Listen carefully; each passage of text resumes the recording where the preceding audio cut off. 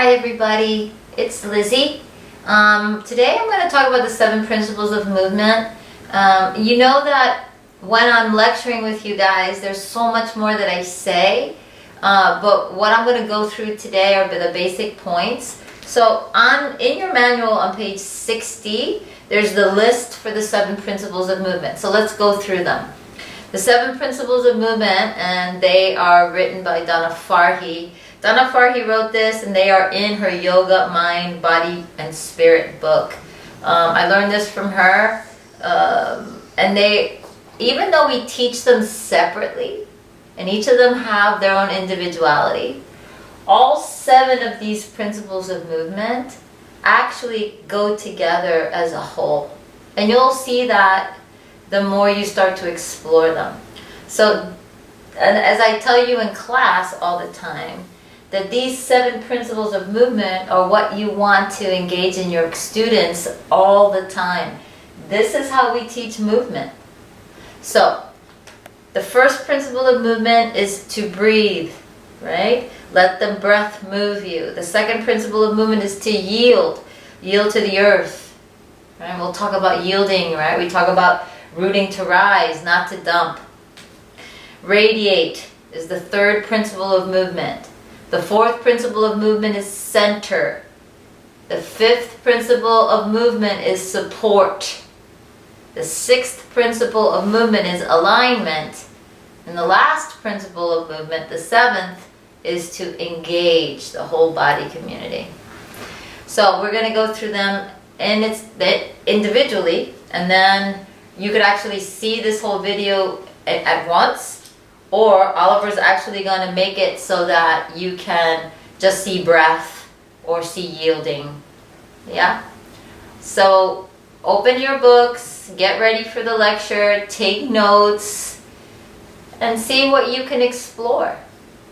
The first principle of movement, to breathe, the breath. It is the principal movement of yoga. It's the principal movement of life, right? It is the most important thing that we can talk about. And we are so, as a society, right, as a collective, a lot of us are disconnected from the breath. And that is something that we really have to pay attention to. So you know that when we're in lecture in class, I talk about breathing in the divine space that's all around us. So as soon as I take that deep breath, I'm actually inviting the divine to come inside here, my whole skin suit, and do its job through the body. But if I'm not conscious of that, if I'm not aware of those deep breaths that I take, I miss it. And so we're missing so much within the breath. Yeah? So it's the first thing that we want to teach them. The first thing that we want to do is to have them have some sort of a connection with their inhales and their exhales.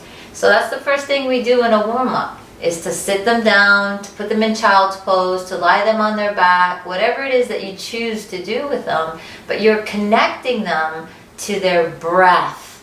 Right? The inhales, the exhales, and especially in the sequence that I'm teaching you in the modified primary, we're actually attaching one breath, one movement.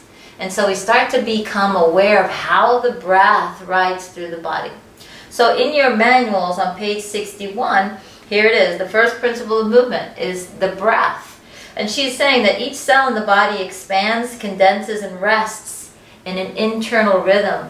And this pattern becomes amplified into full body breathing at the moment of birth. This first movement is the basic template for our existence, from the chemical reaction of our cells to our movement to moment physiological and emotional states. So when we become aware of our reactions, right, we also are becoming aware of, was my breath short? Is my breath long? So if I know my breath is short, I know that I'm in a little bit of a panic mode or anxious, or I'm angry, or something is going on. But I have to tune in to that. I have to be consciously aware. And how do I replace that, right? When we do pratipaksha bhavanam, or replacing one thing with another, I'm trying to control the breath and calm everything down, right? So it is essential for us to understand this basic principle. It's the first thing we teach. And in every single class, no matter what your level of asana practice is, or whatever that means for you, the teacher should be talking about breath, connection. How are we breathing? How does it feel? Right? So she continues on page 60 that the fundamental nature of breath is that it's in a state of constant oscillation. So it's always moving. It's our breath. We are constantly filling ourselves up and out with breath. And when we don't do that, that's our last breath. And we no longer exist in this plane. So our breath is with us until the very end. So there's teachers that always used to say to me, your breath is the bridge between the mind and the body. Yeah, your whole spiritual section and our physical body. And so it is that bridge. It's the place that we find ourselves in this present moment. So again, there's another saying, right? Our breath doesn't have a future or past. It lives with you in this present moment. And so to be totally aware of what is going on, not only when you are in an asana practice, right? Letting that breath move the body, it's also an indicator of how do you feel today.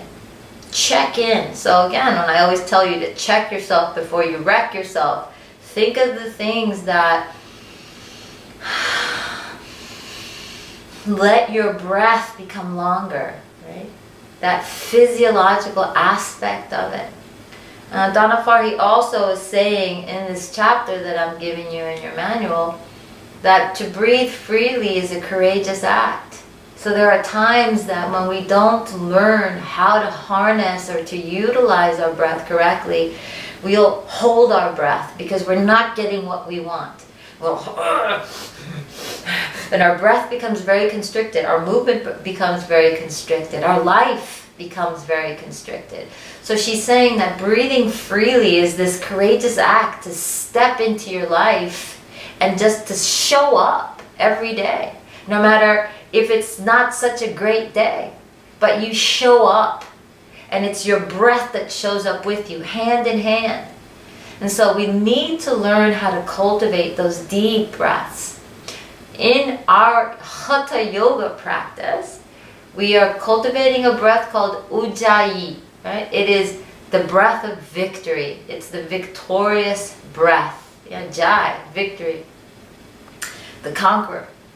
So if we can conquer the breath, if we could be victorious with breath, then we can step into our purpose daily, every day, knowing that with our breath, we have courage, right? The courage of a warrior. And so it's a wonderful thing to start to think about the breath in that fashion, that it is with you, hand in hand, constantly, right? And so again, the analogy that I try to bring to you is, if I'm bringing and breathing in the divine space, whatever it is that you believe to be God is walking with you hand in hand throughout your process. So cultivate those deep, deep breaths and understand what's happening. What's happening to me when I am angry? How can I stop, take a pause, and then fix the breath, right? Grab the breath's hand again and let it walk with me. On page 62, we go over the forces of prana. Really important for us to understand the word prana. It means a force in constant motion. And so I tried to tell you as well that a lot of people say that your breath is prana. Well, it's not. It's the vehicle that the prana rides on. So all that divinity that's out here in this space that we are, right? When we breathe, the prana rides right on top of the breath and goes into your physical manifestation. It's in a force in constant motion until we take our last breath. And then it goes back into this space. So try to wrap your head a little bit around that. I know we have this conversation in class during the lecture section. Ask questions if you need to. This is on page 62, right? So we want to learn how to move with the breath when we start to engage it in asana practice. And so our breath is not an aside. Our breath, again, moves right with us. It is in us. It's moving us around. So once you can really learn how to ride the breath, the asana practice becomes really organic in nature. And it feels organic in nature, right? It doesn't feel awkward to you. On page 63, I go through the guiding breath and our ujjayi breath. I go through the mechanism, how to take that breath in through the nose. It passes through the glottis, it rolls around in the lungs, and it comes back out through the nose, creating that Darth Vader-y kind of seashell, sea, waves, beach, whatever sound that you resonate with. It's not a sound that you want the outside parking lot to hear, right? And I joke with you guys about Ashtanga, man. You don't want to take those absurdly crazy loud breaths, but you do want to hear yourself breathing. It's kind of a very familiar, warm space, yeah? So don't be afraid to let yourself hear yourself breathe in your practice. It's quite common that we could hear each other breathe, but not over the top, right? So I go through that here, also understanding that I'll go through the bandhas with you. Our root lock is Mula Bandha, our mid lock is Uddiyana Bandha, and our chin lock is Jalandhara Bandha. And we utilize the first two all the time in our physical practice, and our breath has a lot to do with that. And so I will go over with you in class, to practice. On an inhale, lift the pelvic floor. On an exhale, squeeze the transverse abdominis together. And we do that a couple of times, remember, to feel what it feels like to lift up. So it's an inside job. All our muscles from the inside are lifting up with an inhale and the exhale. And then you'll just lift up the pelvic floor, squeeze the abdominals together, and then on the top we keep on breathing. So we have a secure part from the inside that's holding up our structure with these energy locks. Yeah? Remember, they're called bandhas. Root lock, Mula Bandha. Mid lock or belly lock, Uddiyana Bandha, upward flying. Chin lock, Jalandhara Bandha. And the chin lock is not used a lot. It's used in shoulder stand, Dandasana, Mahamudra. It's also to get that axial extension a little bit. Yeah. Ask questions in class if you need to, all the time. So that's page 63. And when we go through this chapter, there's nice little illustrations about the respiratory system. Please go through them. I do not, you don't have to memorize them, but yeah, you're going to have to read all about them. So that goes all the way from 64 all the way to, let's say, page 71. And if we go to page 69, here's a nice image of your lungs. And so our physical apparatus that we breathe with, right, our lungs and all the muscles, the respiratory muscles that are engaged. Our intercostal muscles are respiratory muscles. Our diaphragm that sits right underneath our lungs, the lobes of the lungs, is the biggest or the primary respiratory muscles. And then our pelvic floor also has respiratory muscles in it that aid the respiration, the system of respiration. So our lungs don't breathe on their own. And so we talk about that a lot in class. And so we have to utilize the diaphragmatic breath in order to pull the lower lobes of the lungs down. So remember we talk about in class that our lungs are elastic sacs, yeah? And if we don't utilize them, they don't really fill up as much as they can. And so we're not really experiencing the full capacity of our own lung capacity when we don't use the diaphragm. So the bottom lower lobes of the lungs, when I breathe, the diaphragm pulls them down so that the oxygen can fill the lung sacs. So again, remind yourself to keep on looking at these diagrams and asking questions. The more we ask questions, the more you'll start to understand the beautiful miracle that it is, our respiration system, right? And I think on page 71, you'll see these two side skeletons, or two diagrams of the human body, and it shows you how the diaphragm tilts back and forth and contracts. So it's a really interesting first study to understand how we breathe and how important it is to take those deep breaths in our yoga practice. Second principle of movement, to yield. So this is a principle of movement that I talk a lot about in class. I talk a lot about it constantly in class. And we call it rooting to rise, or I'll call it out, like, say, don't dump into your hip, or don't dump into the arms. So the principle here is trying to tell us that any surface that's touching the ground, that it has to yield into the surfaces of the earth. And so I'm going to read what it says on page 73. Any surface in the body that makes contact with the ground must yield to the earth. Actively yielding to the earth creates a rebounding force away from the earth, elongating the body towards and into space. Whenever the relationship of yielding to the earth is lost, breathing is restricted.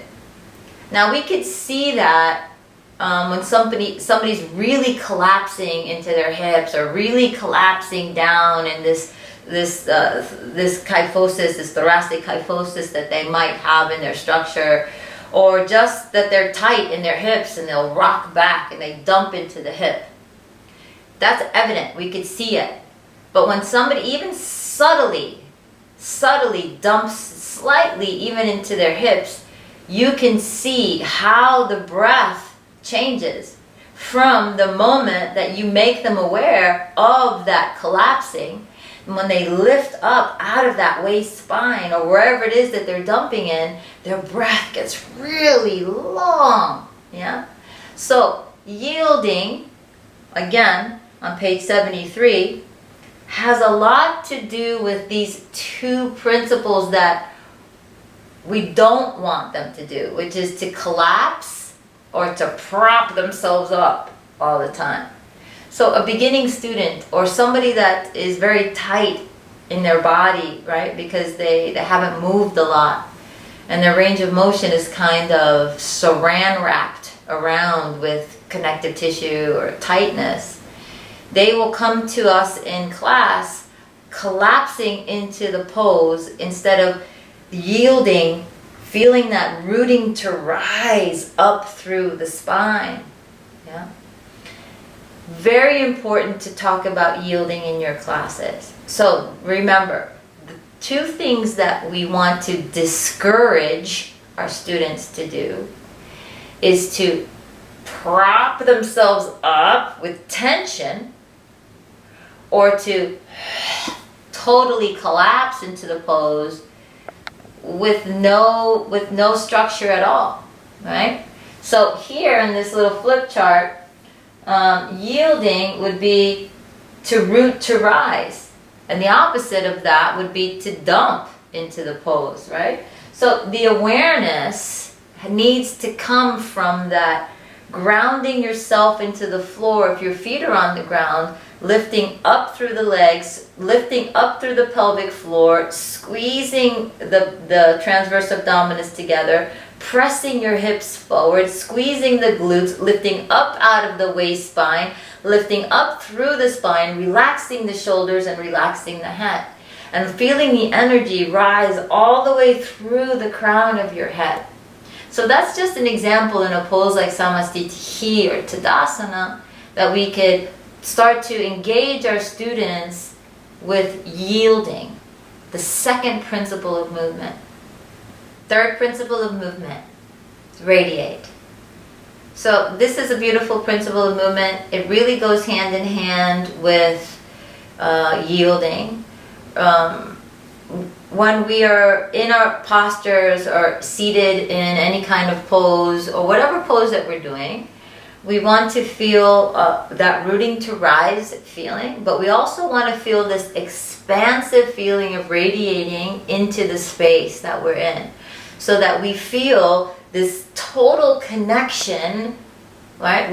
And sometimes I feel it without my skin suit on. Yeah, I could feel this energy just emanating from the center all the way out to the periphery. And then when I come back in, right, after I feel the pose, I'm bringing that periphery into the navel. So Dana Farhi calls this feeling of navel radiation, and that's how you're going to see that in the description on page 76, right? So when we're in this feeling of radiate, yeah, it's this expansive quality that takes the energy even through the fingertips, through the crown of the head, down through the feet. It roots you down and then it rises through the body. So radiating is this expansive feeling in the asana. So I'm always telling you not to play small, right? So when in the beginning, when you first start working with me, a lot of people will bring their arms up over their head and it'll look like this. I'll say, inhale. And then I say, why y'all playing small? Inhale. So it's rooting to rise and radiating up and out through the pose, yes? So this is a dynamic quality. It's a dynamic quality of the movement itself. It's how can I be big as the space itself. Radiate. Third principle of movement. Before we go to the fourth principle of movement, I want to go over some terms with you. And on page 78, we have prana and apana. Prana is our energy, that breath, the divine space that rides on top of the breath and enters into the body and gives us our life. It gives us our life. It's a force and constant movement. It could also be, I like to think about it as my nourishment, right? My daily nourishment.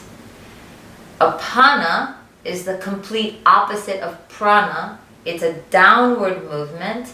It could be a vayu that's downward, but it's also used in the context of elimination, right? So we could think of prana as nourishment and apana as eliminating, getting rid of something or pushing something downward and out. The two next terms is sukha and dukkha, right? Sukha is good space. Sukha is a sweet spot. It is how we should be living in sukha and easefulness. It's an easeful quality. Dukkha is also the complete opposite. Dukkha is not so good space. It's actually suffering. So we want to understand when I'm in sukha and when I'm in dukkha, and understand that I have a choice always to be in sukha.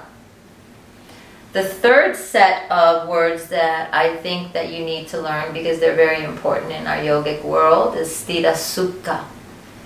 So Patanjali says in the Yoga Sutras, and he doesn't speak a lot about asana, but when he does speak about asana, he says that they must have the quality of sthira sukha asana, which means sthira is strong and firm, right, and grounded into the earth, strength. And then sukha is yielding, easeful, right? He says that we have to put these two things together. So all asana have to be strong and grounded, rooting to rise, but they also have to have the quality of yielding, of understanding them, feeling the breath riding through the body. So You can't be too sthita. My breath will be restricted. I can't be too sukha in a pose. Again, that's collapsing. So both of them together make this beautiful equanimous kind of a place that we can stand strong and be yielding at the same time. So this also goes with the principles of yielding and radiate, right? The fourth set of words that you need to learn is Brahmana and Langanam. Brahmana is hot, fast. It's sun in nature. It's very muscular. It's yangy. Movement that's going to like an aerobics class, running, hot yoga, fast vinyasa flow, power yoga, things like that. Now I think what's in fashion are those HIT classes, right? Very intense movement classes. The opposite of the spectrum is Langanam. Langanam is cool, yin, feminine in nature, not utilizing or not focusing on the muscles as much, but focusing on the connective tissue, the ligament, the bone. So those are terms on page 78 that I do want you to acquaint yourself with. We are going to talk a lot about them. And so we'll go on to the fourth principle of movement, center. And so I'm on page 80 in your manual.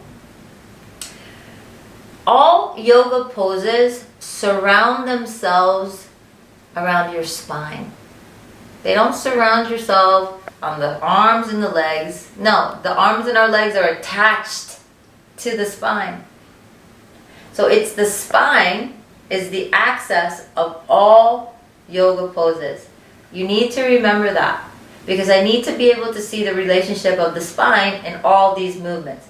And so we also learn here that the spine, we start to talk about how many ways the spine moves. So I want you to remind yourself that the spine flexes, it extends, it internally and externally rotates. It goes outward rotation, it goes inward rotation, right? And it also laterally bends side to side. Those are the movements that our spine goes through. And in every yoga class, we should be able to move the spine in all of those different directions. So in your reading, you'll start to see how our spine is formed. When we're in our mom's belly, we are curled up in this fetal position. And that's the primary curves are being formed. So that's my thoracic spine and my sacrum.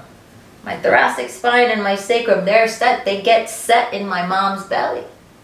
So when I'm born and I come out, newborns have to be held by their head and by their tush, because they're kind of like jelly belly. They don't have any stability yet in their cervical spine, and their lumbar spine are not formed yet.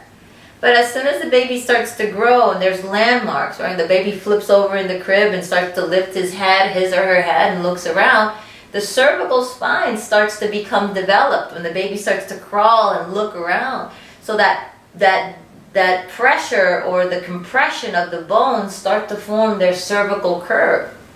When the baby starts to get up and stand up on their 2 feet, right? And there's some pressure being applied to the lumbar curve of the spine. The baby starts to walk and fall, walk and fall. And as soon as they start to walk, these 2 areas of the spine are starting to become formed. The cervical spine and the lumbar spine. That's our secondary curves to the spine. So when we're in a pose like cat and cow, right? Inhale, drop the belly, lift the head. That's my secondary curves, my cervical spine and my lumbar spine. When I'm telling them to tuck the chin into the chest, round the spine, there's my primary curves, my thoracic spine and my sacrum. So we have to remind ourselves to go through these ranges of motion in a yoga class. And it feels really good to start to do that, because if we sit in chairs all day long, we get stuck. Yeah. So understanding too, and we talk a lot about this during the lecture series in class, is our thoracic spine and our sacrum have limited movement. They don't like to be moved very much, but we can find some extension in between the thoracic cavity so that we can have this axial extension, right? Instead of all this compression. The reason why our thoracic spine doesn't like to move very much is because it's girded by the ribs.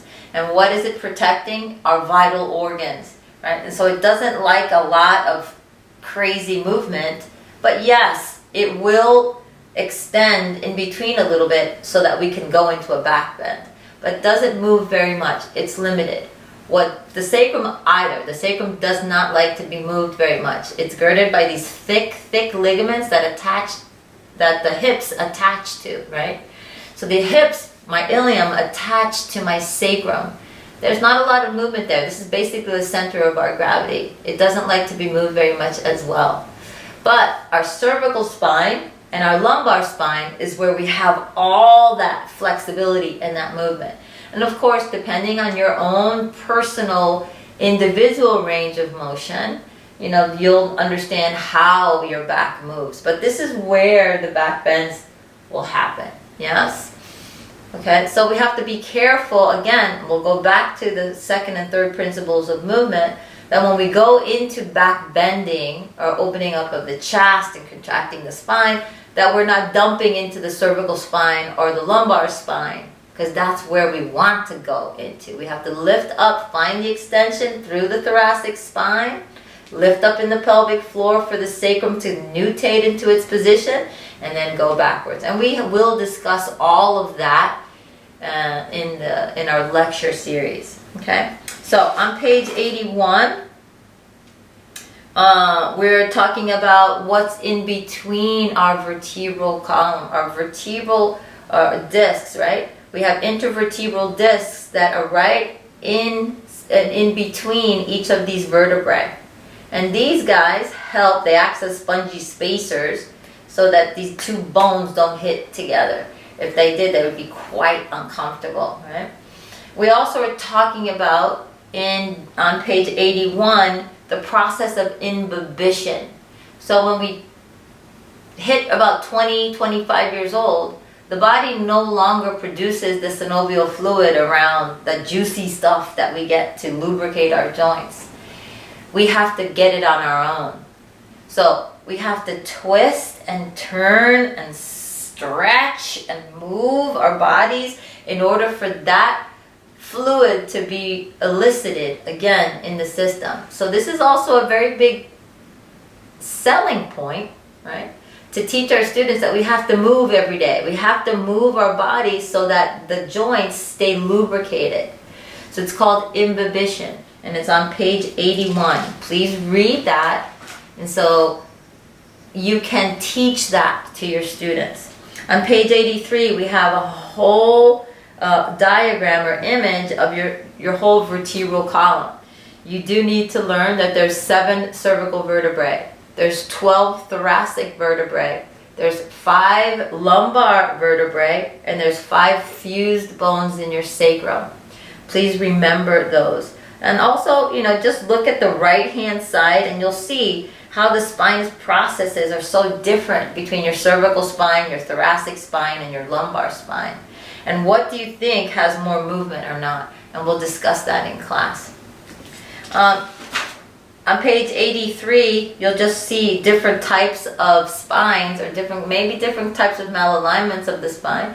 Sometimes we'll see kyphosis. So your thoracic spine does have normal kyphosis, but when we collapse too much into the structure or maybe someone has some sort of a bone issue, they could really collapse and have a very big thoracic kyphosis that you can see.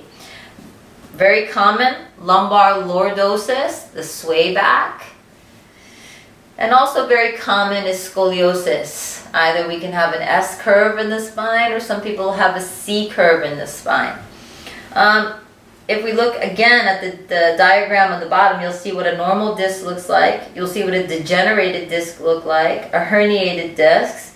So we will go through that in class. In your reading as well, I tell you to go into the appendix and read the article on herniations, herniated discs by Roger Cole.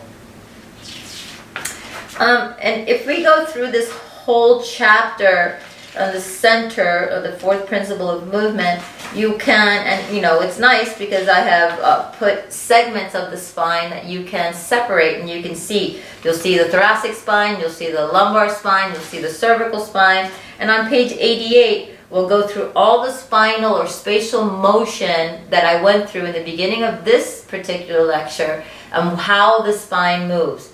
Flexion, extension, rotation, and lateral bending. That's on page 83. And we continue, right, all the way to page 90. And I would like you to answer those questions. And so, you know, if you do have questions, bring them to class and we'll discuss them. The fifth principle of movement, support. So I'm on page 90 in your manual. Whatever part of the body that touches the ground becomes the structural base of support. This base dictates what the rest of the body can or cannot do. When support is lacking in the base of movements, the structures higher up compensate by supporting rather than being supported. So when the hands, feet, sitting bones, elbows, or head make contact with the ground, it is essential that we distribute the weight of the body evenly through this base. Equal base distribution creates equal distribution of stress, both in the contracting surface and in the structure supporting above the base.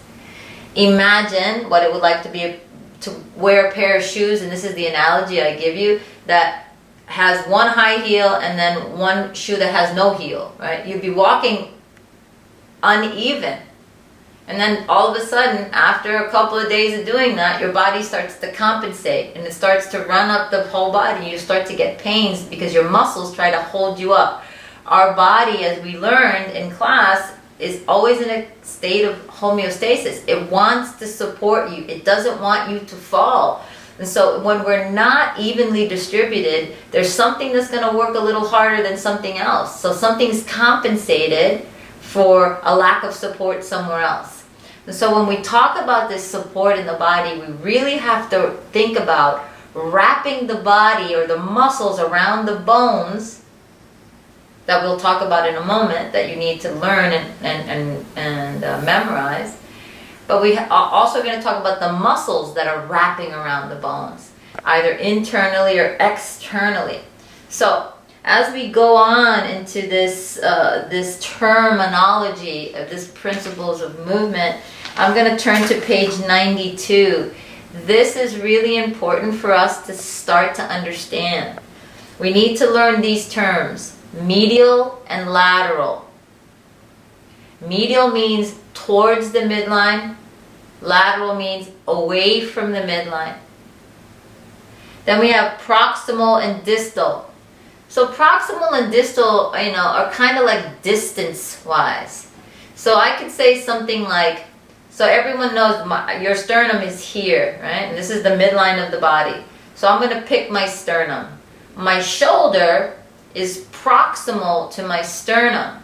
But if I extend my hand and my arm out to the side, my fingers are distal to my sternum. They're farther away. My shoulder is proximal. It's closer, right? It's closer towards the midline. My fingers are distal. They're farther away. Superior and inferior. Superior is always towards the head. Inferior is always towards or away from the head. Anterior, posterior. Anterior is the front of the body. Posterior is the back of the body. Ventral, dorsal. Ventral is on the front. Dorsal is on the back. Superficial and deep. So superficial is something that comes up towards the skin. So when I start working and I start to get my chaturangas and I start to do a vinyasa practice, you see quickly how the muscles respond to the work, and you'll see definition in your muscle structure. The muscles start to pop up towards the skin. Muscles are superficial. But yoga also works deep, which is the opposite of superficial. It works my organs, right? I can work deep into my nervous system. I could work deep into my energy system, things that I can't see.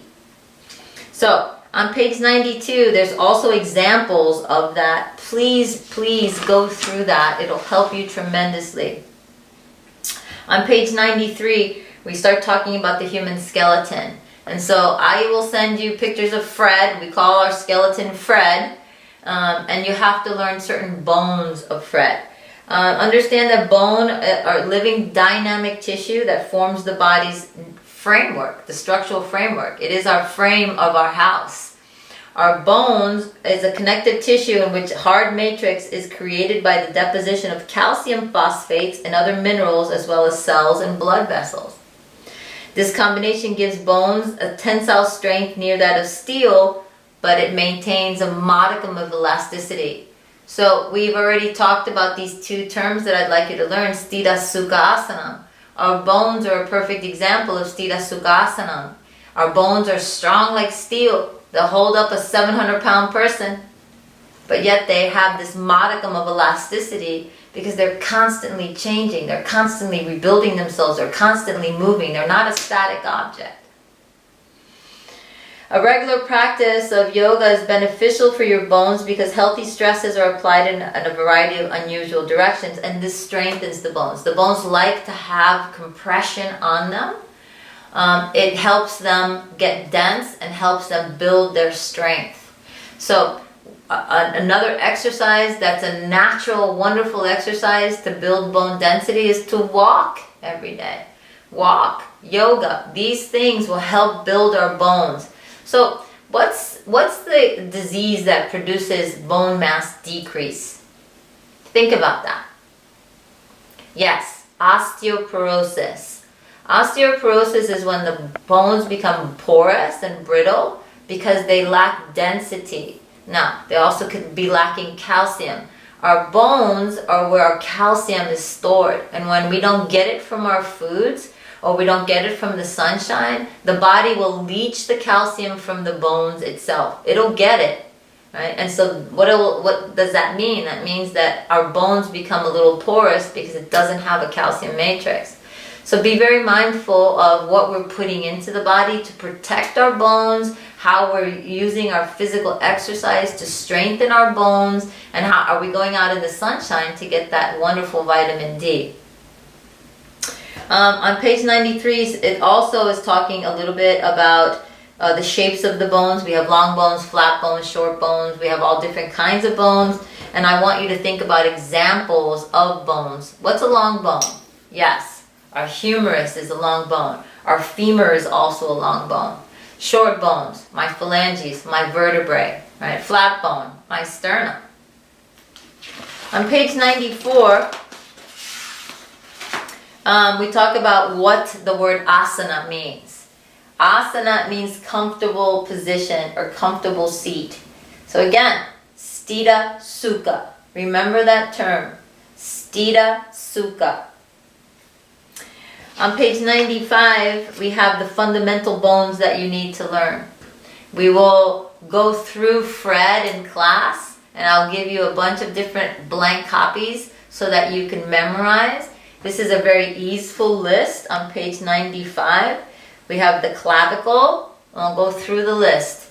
Scapula, sternum, humerus, radius, ulna, ilium, sacrum, pubis, femur, patella, fibula, tibia, phalanges, metacarpals, carpals, tibial tuberosity, ankle and hindfoot, which is the calcaneus and the talus, the midfoot, the tarsals, and the forefoot, the metatarsals. We will go all over that almost every day after that, okay? I also want to talk a little bit about something that might confuse some people. Now, you hear me say it all the time. I'll say, your axial skeleton, I want you to feel how your axial skeleton is moving. Some people have no idea what that is. So, on page 96, it's an explanation of what the axial and the appendicular skeleton is. Our axial skeleton is our skull, our vertebral column, our rib cage, and our sternum. That is our axial skeleton. That, my loves, it's what all yoga poses surround themselves around. So this is the most important part of our body. It's our brain, our spinal column or our spinal cord, and our vital organs. This is my axial skeleton. This is the most vital part of me. There are some people, unfortunately, that are born without arms and without legs, and they can survive. So when we use our arms and our legs in yoga practice, it's like a plus. So we can actually touch the space. Be grounded into the floor. So that's our axial skeleton. My appendicular skeleton is my shoulder girdle and my arms, and my pelvic girdle and my legs. Both of them attach themselves to the spine. And we'll talk more about that in class. So on page 97, there's a picture of the axial and appendicular skeletons. On page 98, there's more a comparison between a male and female skeleton. We know women have a broader base in their hips. Our center of gravity is a little lower than men, right? And so we could have a little wider base. It could sometimes our knees knock together because of that. So there's a lot of differentiations between women's hips and men's hips. So there's a nice little diagram on page 98.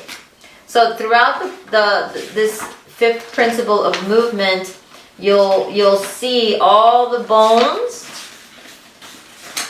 in their entirety separate. Please go through that, and we will learn Fred as a whole. So on page 108, we also start to talk about the joint. So a joint is where two bones meet. You need to know that, and you need to know what connects these bones. Ligaments connect the bone. Ligament connects bone to bone. And in our studies, we're going to learn simple things like we're going to talk about the ball and socket joint, and we're going to talk about a hinge joint. So the ball and socket joint is my shoulder and my hip. The hinge joint are my knees and my elbows. Fingers too, right? So understand what's a hinge joint and what's a ball and socket joint. And that's on page 108. We also start talking about synovial fluid, how the synovial fluid goes into the joints to help us move around smoothly. And we get that through imbibition by movement. It also clears the joint space of debris, and it keeps us healthy. On page 108, we talk a little bit about joint reaction forces, understanding that the example I give you in class is that when we start to move into space, we have to understand what has the greatest joint reaction force. So if I'm going to come into tree or Ardha Baddha Padmatanasana, I have to understand that it is a hip opener. It's a hip movement. It's not a knee movement. So this ball and socket will confer the greatest weight than the hinge joint. And we'll talk a lot about that in class to keep us safe in our yoga practice. So on page 110, we have types of joints. Right? On page 111, we go individually through the shoulders and hips. On page 112, I talk a little bit about the ligaments here and what they do. We talk about the shoulder ligaments, the hip ligaments, and the knee ligaments. Okay? On page 114 is a complete review of the bones, the ligaments, and the skeleton. Please go through that. Also on page 115 is the continuation of that review. On page 116, we start talking about muscles and tendons. Now, we already talked about the bones and how they meet at the joint, and the ligaments connect bone to bone. Now we're going to go a step further and slap some muscles on them. The muscles are what moves the bones. The bones don't move on their own. The muscles will move the bones in all different directions. Right? And so on page 116 is going to be your introduction to our movement of the musculoskeletal system. Every muscle has a different shape and it has a different function. What you do need to learn here is these terms: origin, insertion, agonist, antagonist. All right? So we really are going to talk a lot about agonist and antagonist. We'll also talk a little bit about synergists. So the agonist is going to be your prime mover. The antagonist is going to be the movement that's doing the opposite, the muscle that's doing the opposite movement. So the examples that I give are, if I do a bicep curl, my bicep is contracting as my tricep is lengthening. Agonist, antagonist. And this happens in all different relationships in the body. Remember that as we start going forward into our terminology speak, when you start layering that on top of your teaching. Tendons attach muscle to the bone. Please don't tell me that ligaments attach them. Tendons are the end part of your muscle, right? And they attach to the bone.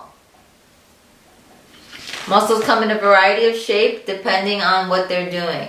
So on page 117, we start talking about how the muscles move in different planes. So here we have the coronal plane, the sagittal plane, and the transverse plane. These are the ways that the muscles will move the bones around. So the coronal plane is going to divide you from front and back. And this is going to be our adduction and abduction. Adduction is bringing in towards the midline. Abduction is going away from the midline. That's in our coronal or frontal plane. The sagittal plane is going to divide the body into right and left halves. This is flexion and extension. These bring us into flexion and extension. The transverse or the horizontal plane cuts us right in the center, right where our waist is, and we rotate. We rotate. On any joint, we rotate. Okay?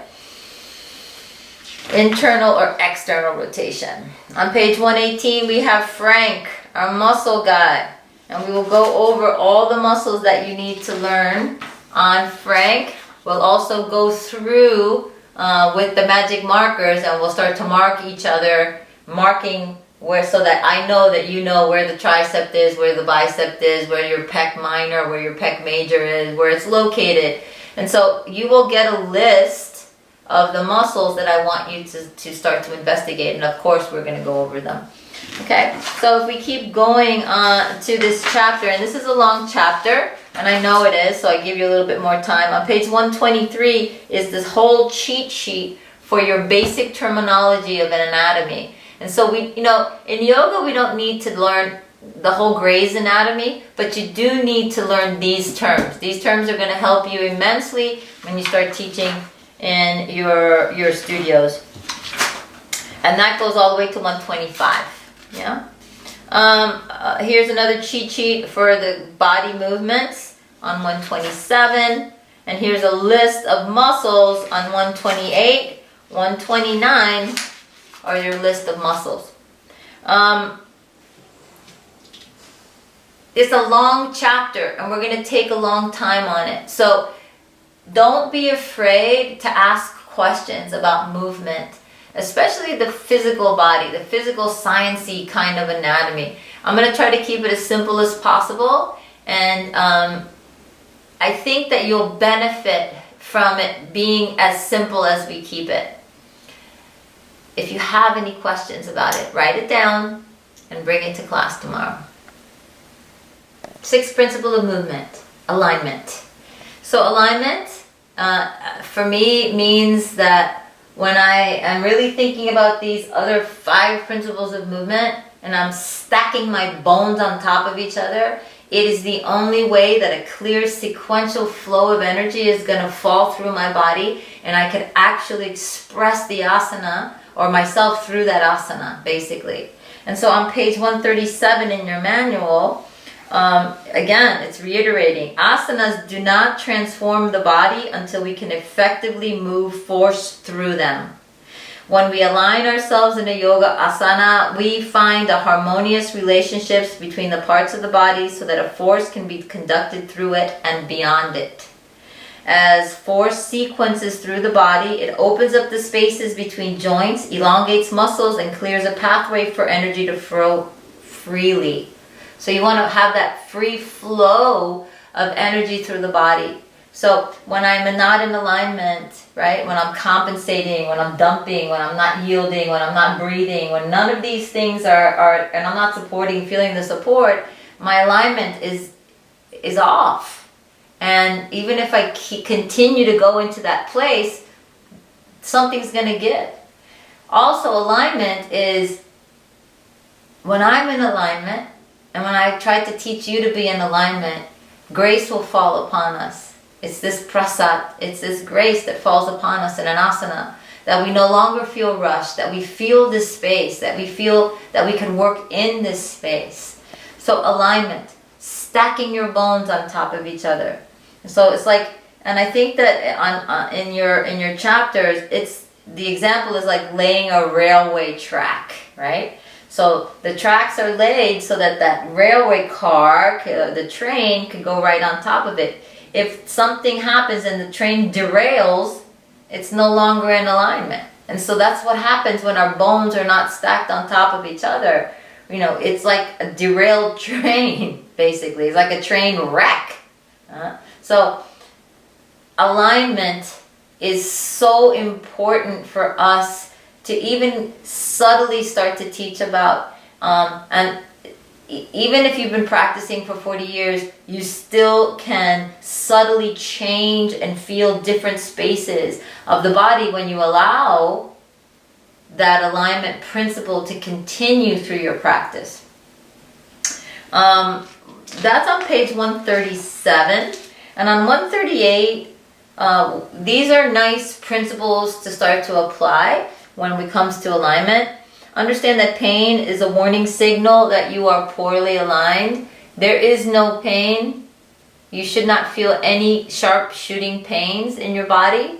It is not about no pain, no gain. That's not yoga. I don't know what that is.